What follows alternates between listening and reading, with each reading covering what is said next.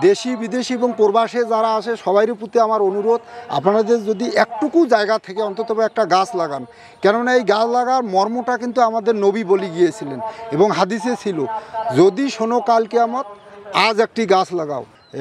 এই দৃষ্টিভঙ্গিকে সামনে রেখেই চিপায় হোক চাপায় হোক গাছ রোপণ করার উপযুক্ত জায়গা পেলেই আপনি দান স্বরূপ 50 টাকা দিয়ে একটা গাছ কিনে লাগাবেন, কাঠের গাছ হলো।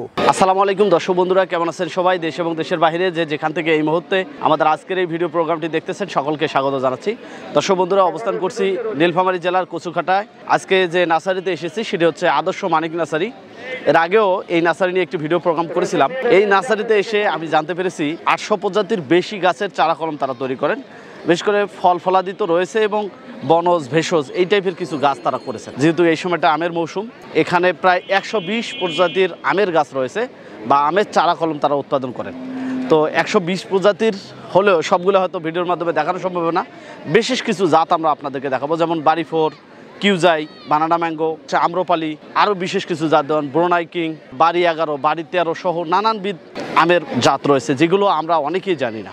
আজকে আমরা এই নার্সারি যিনি স্বত্বাধিকারী আব্দুল মতিন ভাই, তার সঙ্গে কথা বলে এই আমের জাতগুলো সম্পর্কে জানবো এবং এই জাতগুলো আমাদের দেশে কতটা লাভজনক হচ্ছে, যারা আম চাষি রয়েছে বা আমরা যারা ছাদ বাগানে আম চাষ করতে চাই শখ করে, তাদের জন্য এটি কতটা লাভজনক হবে, কেমন ফলন হয়, কিভাবে তারা চারাগুলো উৎপাদন করে, কিভাবে ডেলিভারি করে, বিস্তারিত তথ্য জানার চেষ্টা করবো। আশা করছি ভিডিওটি না টেনে পুরোটি দেখার চেষ্টা করবেন। আমরা আজকে আপনাদেরকে এক্সক্লুসিভ জাতের আমের জাতগুলো দেখানোর চেষ্টা করবো। চলুন শুরু করা যায়।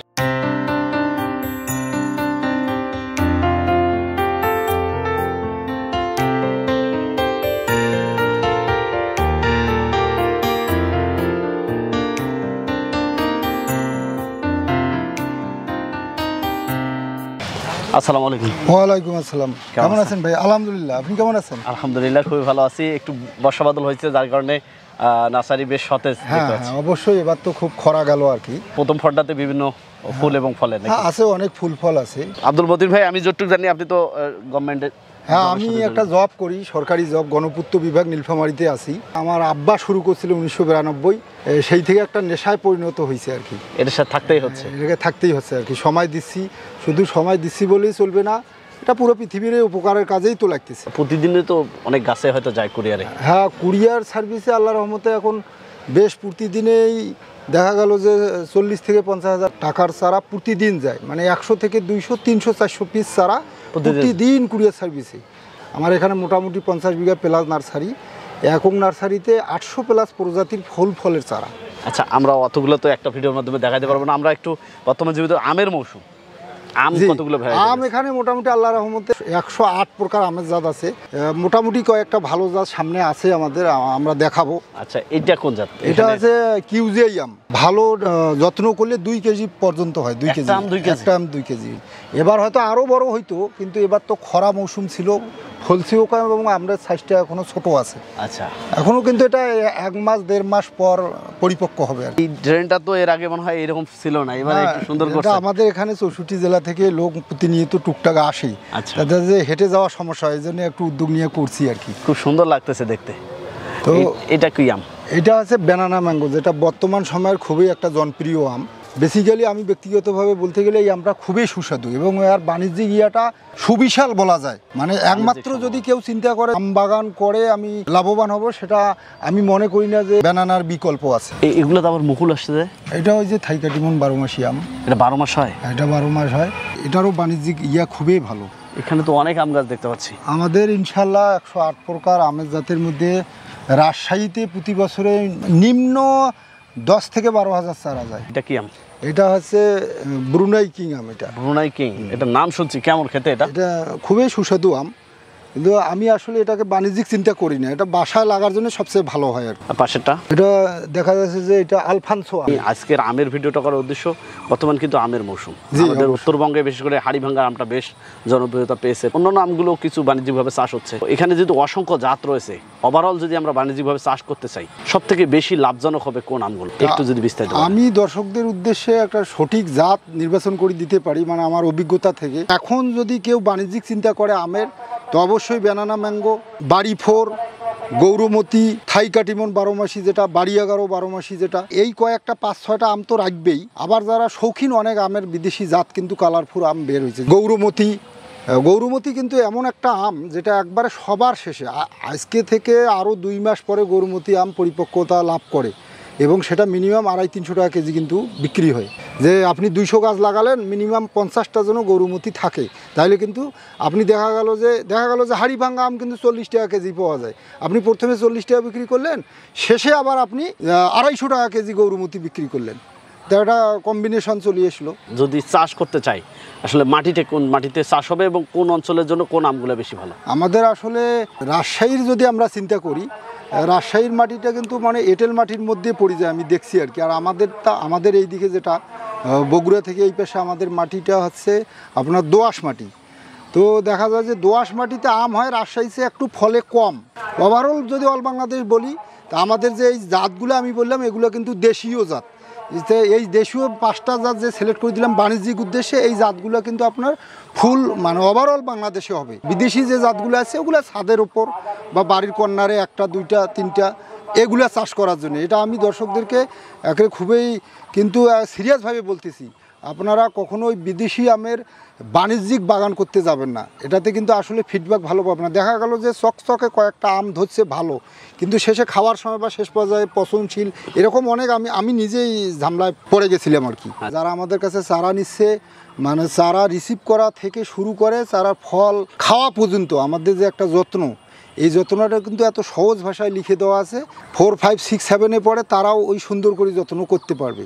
তারপরেও একটু মুখে বলি দেই, যেমন জেনারেলি আপনি কেউ যদি একটা জিও ব্যাগে গাছ রোপণ করতে চায়, যে দেখা গেল যে 10 গ্যালন জিও ব্যাগে গাছ রোপণ করবে, তাহলে একটা অবশ্যই পুষ্ট চারা সংগ্রহ যেন করে। নর্মাল চারা না, 1 বছর বয়স, অবশ্যই 2-3 বছরের বয়স্ক চারা সে অবশ্যই সংগ্রহ করবে। সংগ্রহ করার পর মাটিটা জিও ব্যাগের যে মাটি ধরবে, মনে করেন 20 কেজি মাটির মধ্যে যেন 10 কেজি গোবর থাকে, মানে গোবর বলে কম্পোস্ট জাতীয় সার থাকে। অনেকে এখন বৃক্ষ রোপণ করবে, আর কি গাছ আমরা রোপণ করতে পারি একটু? আল্লাহর রহমতে ভাই, আমার এখানে 800+ প্রজাতির ফুল ফলের চারা এমন কোনো চারা নাই যে পাওয়া যাবে না। শুধুমাত্র আমের চারা 108 প্রকারের 1.5 লক্ষ চারা রেডি আছে। কমলা মালটা 40 থেকে 50 হাজার চারা রেডি আছে, 5-6 ফিট ঝোপালো ফল সহ চারা। তা শুধু এটা নয়, যেমন টেকনাফের সুপারি, বার্মার সুপারি, ভিয়েতনাম নারকেল, এই যে 12 মাসি সজিনা। তারপর দেখা গেল যে আমার সবচেয়ে এখন যেটা ভালো চলতেছে সেটা হচ্ছে যে আমার গোল্ডেন সুপার 8 পেয়ারা। একটা পেয়ারার গাছে মিনিমাম 10টা থেকে 12টা পেয়ারা, 15টা পর্যন্ত পেয়ারা ধরছে। গাছগুলো অনেক 200-250 টাকার মধ্যে অনেক পুষ্ট গাছ, 5-6 ফিট গাছ, সুন্দর চারা। যেমন আমি ছোটোবেলা থেকে পড়াশোনা করিয়াছিলাম 25% বনভূমি, কিন্তু এখনও 20%ও হয় নাই। তা কবে 25% হবে? এই ভিডিওর মাধ্যমে আমি বাংলাদেশ সরকারকেও জানাতে চাই, তাকেও অনুরোধ করতেছি যে উনিও এত বড় একটা প্রকল্প হাতে নেক, এত বড় একটা চিন্তা ধারণা মাথায় আনুক, যে অন্তত 20-22 পর্যন্ত আমাদের বনভূমি আসুক। এবং বাংলাদেশের প্রতিটা দেশি বিদেশি এবং প্রবাসে যারা আসে সবাইয়ের প্রতি আমার অনুরোধ, আপনাদের যদি একটুকু জায়গা থেকে অন্তত একটা গাছ লাগান। কেননা এই গাছ লাগার মর্মটা কিন্তু আমাদের নবী বলে গিয়েছিলেন এবং হাদিসে ছিল, যদি শোনো কাল কিয়ামত, আজ একটি গাছ লাগাও। তাহলে গাছের গুরুত্ব কতটুকু, সুতরাং এর উপরে আমার কোনো কথা নাই। কারণ আপনি একটা গাছ রোপণ করলেন, আপনি কি শুধু অক্সিজেনটা পাবেন? পুরো পৃথিবীর মানুষের উপকার হচ্ছে। এই দৃষ্টিভঙ্গিকে সামনে রেখেই আপনাদের প্রতি আমাদের অনুরোধ, আমার কাছে গাছ কিনতে হবে না, অন্ততপক্ষে জায়গা থাকলে ছাদে হোক, গলি হোক, চিপায় হোক, চাপায় হোক, গাছ রোপণ করার উপযুক্ত জায়গা পেলেই আপনি দান স্বরূপ 50 টাকা দিয়ে একটা গাছ কিনে লাগাবেন, কাঠের গাছ হলেও। এটা আমার অনুরোধ। আপনাকে ধন্যবাদ জানাচ্ছি। অনেক কথা রয়েছে আপনার সাথে, একটা পর্বের মাধ্যমে হয়তো সব কিছু জানার সম্ভব হয় না। পরবর্তী একটি পর্বে আবারও দর্শকদের অন্য কোনো বিষয় নিয়ে জানার চেষ্টা করবো। সে পর্যন্ত ভালো থাকুন, সুস্থ থাকুন। আসসালামু আলাইকুম। অবশ্যই। আসসালামু আলাইকুম।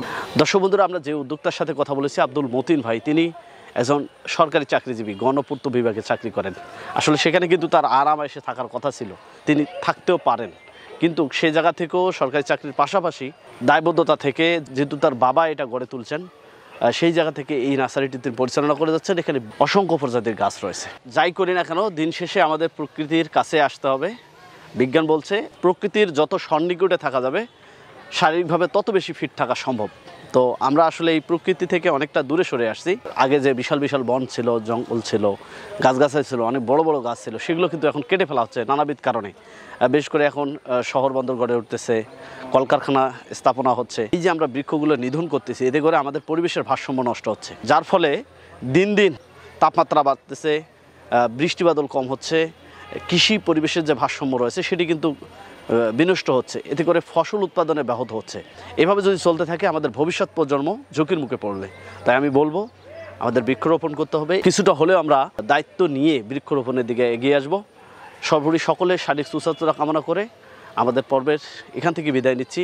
আপনাদের আশেপাশে সফলতার গল্পগুলো আমাদের জানিয়ে দিন। আমাদের সাফল্য কথা টিম চলে যাবো আপনাদের কাছে। ধন্যবাদ সবাইকে।